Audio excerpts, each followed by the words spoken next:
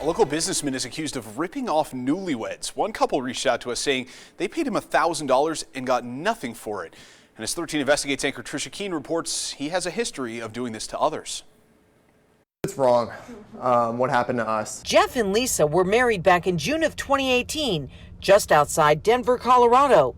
The couple says they hired Jesse Clark as their videographer. Best package was $1,000 for drone footage, Instagram highlight reel sort of thing, 4K filming, a live stream. And my grandma was my grandma wasn't able to fly out for our wedding, so the live stream was definitely something that we were like, oh yeah, like she'd be able to watch it. But they say none of that happened, and months after the wedding, they couldn't get any answers.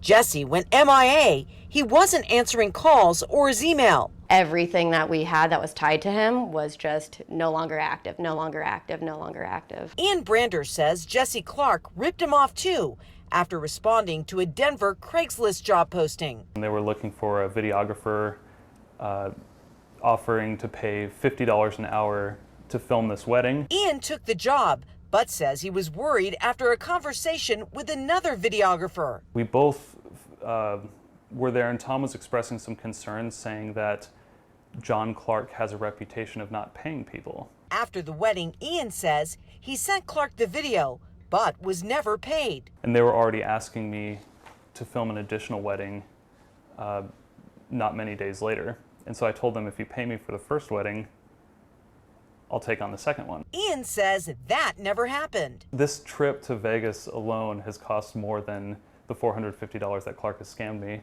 But to me, it's I don't like seeing a bully like Clark do this to so many people. 13 Investigates found back in 2013, before moving to Colorado, the Massachusetts Attorney General's office ordered Clark to pay more than $500,000 for ripping off more than 150 couples. He essentially fled Massachusetts with a number of warrants, and the state attorney general got a civil judgment against him, and also an order that he couldn't do business in Massachusetts. In Las Vegas, he runs a business called Flash House Media.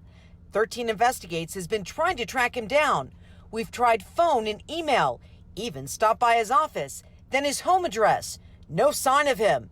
As for Jeff and Lisa, they say they just want to warn others. We never got any of the products or services we paid for. To be doing it on literally the most important days of so many people's lives, it's disgusting.